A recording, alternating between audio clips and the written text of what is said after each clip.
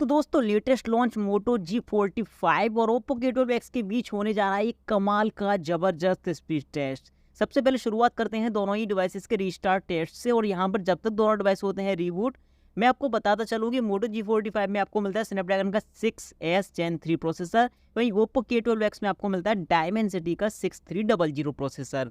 और यहाँ पर अगर देखें तो G45 पहले रीस्टार्ट हुआ as compared to Oppo K12X, और Q12X और G45 के इस रीस्टार्ट में बहुत ज़्यादा समय का गैप है।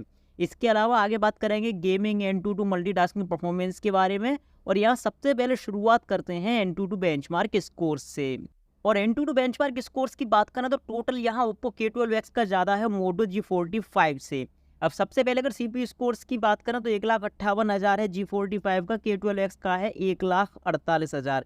यानी कि कॉमन यूज़ में यहाँ G45 बेहतर है Antutu बेंचमार्क स्कोर्स के मुताबिक।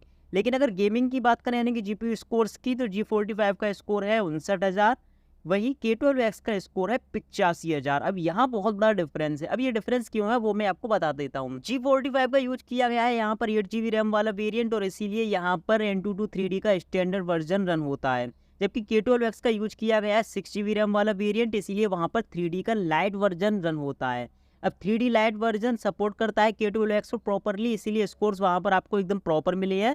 जबकि G45 में आप यहाँ 3D वीडियो देख सकते हो, काफ़ी ज़्यादा लैग और इशू देखने को मिलते हैं, क्योंकि एक स्टैंडर्ड वर्जन इस हार्डवेयर पर अच्छी तरह से सपोर्ट नहीं करता, इसीलिए यहाँ पर ये स्कोर्स आपको प्रॉपर देखने को नहीं मिलते। बात करते हैं मेमोरी स्कोर्स की, यानी कि रैम एंड रोम स्कोर्स की, तो दोनों का ही स्कोर लगभग 1 लाख के आसपास है।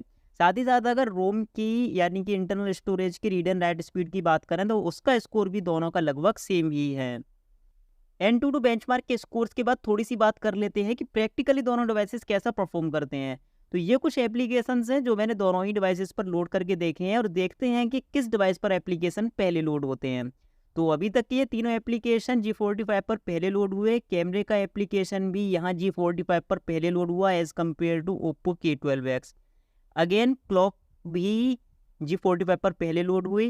कैलकुलेटर भी G45 पर पहले लोड होता है, K12X में थोड़ा सा डिले देखने को मिला है। ये एक थर्ड पार्टी का गेम है कैंडी क्रश, इसे देखते हैं ये पहले किस पर लोड होता है। तो ये गेम भी G45 पर पहले लोड हुआ। ये भी एक थर्ड पार्टी का गेम है, लेकिन कैंडी क्रश से थोड़ा सा हैवी गेम है, और देखते हैं ये पहले किस पर लोड होता है। Antutu बेंचमार्क के मुताबिक भी G45 कॉमन यूज में K12X से बेहतर है, और ये एप्लीकेशन भी G45 पर पहले लोड हुआ as compared to Oppo K12X। आखिरी का ये एप्लीकेशन है, ये थोड़ा सा हैवी एप्लीकेशन है, और इसे देखते हैं कि ये किस डिवाइस पर पहले लोड होता है। अभी तक G45 प्रैक्टिकली भी और Antutu में भी K12X से बेहतर है, और ये एप्लीकेशन भी G45 पर पहले लोड हुआ। बात करें गेमिंग परफॉर्मेंस की, तो सबसे पहले बात करते हैं Oppo K12X की। और जैसा कि मैं आपको ऑलरेडी बता चुका हूँ 6GB रैम वाला वेरिएंट यहाँ पर यूज किया गया है।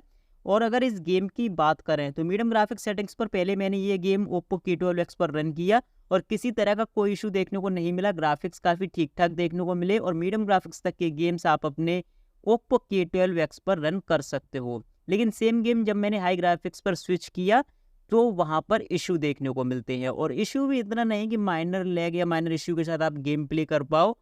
अनप्लेबल है गेम, और किसी भी तरह से आप हाई ग्राफिक्स के गेम्स अपने K12X पर रन नहीं कर सकते। G45 की बात करें तो यहाँ पर 8GB रैम वाला वेरिएंट मैंने यूज़ किया, क्योंकि 6GB रैम वाला वेरिएंट G45 में नहीं मिलता। और यहाँ पर डायरेक्ट बात करते हैं हाई ग्राफिक्स की, क्योंकि मीडियम ग्राफिक्स में यहाँ भी कोई इशू देखने को नहीं मिलता।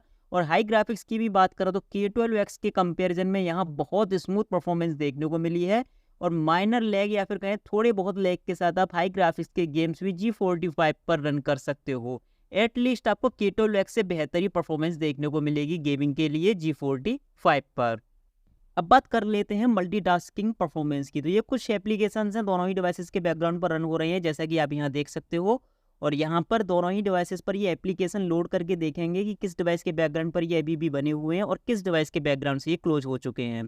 तो ये तीसरा एप्लीकेशन है, और तीनों के तीनों एप्लीकेशन K12X पर रीस्टार्ट हुए हैं, जबकि G45 के बैकग्राउंड पर ये बने हुए हैं। हालांकि रैम वेरिएंट में डिफरेंस होने की वजह से मल्टीटास्किंग परफॉर्मेंस में नो डाउट आपको डिफरेंस देखने को मिलेगा, लेकिन K12X में मिलने वाला कलर ऑपरेटिंग सिस्टम मल्टीटास्किंग के लिए एक बहुत अच्छा सॉफ्टवेयर नहीं है, और मैं इसके 8GB रैम वाले वेरिएंट के भी कई सारे रिव्यूज़ कर चुका हूँ। और यहाँ पर कैंडी क्रश एक इकलौता एप्लीकेशन है जो K12X के बैकग्राउंड से ओपन मिला, जो कि G45 के बैकग्राउंड पर भी ओपन था। बाकी के सारे एप्लीकेशन G45 के बैकग्राउंड पर बने हुए लेकिन K12X से क्लोज हो चुके हैं। तो मल्टीटास्किंग में अभी पर्सनल एक्सपीरियंस के मुताबिक मैं आपको बता रहा हूँ कि G45 K12X से बेहतर है, अगर आप दोनों डिवाइसेस का सेम वेरिएंट यानी कि 8 GB रैम वाले वेरिएंट भी यूज करते हो। तो ओवरऑल हार्डवेयर में G45 K12X से बेहतर है।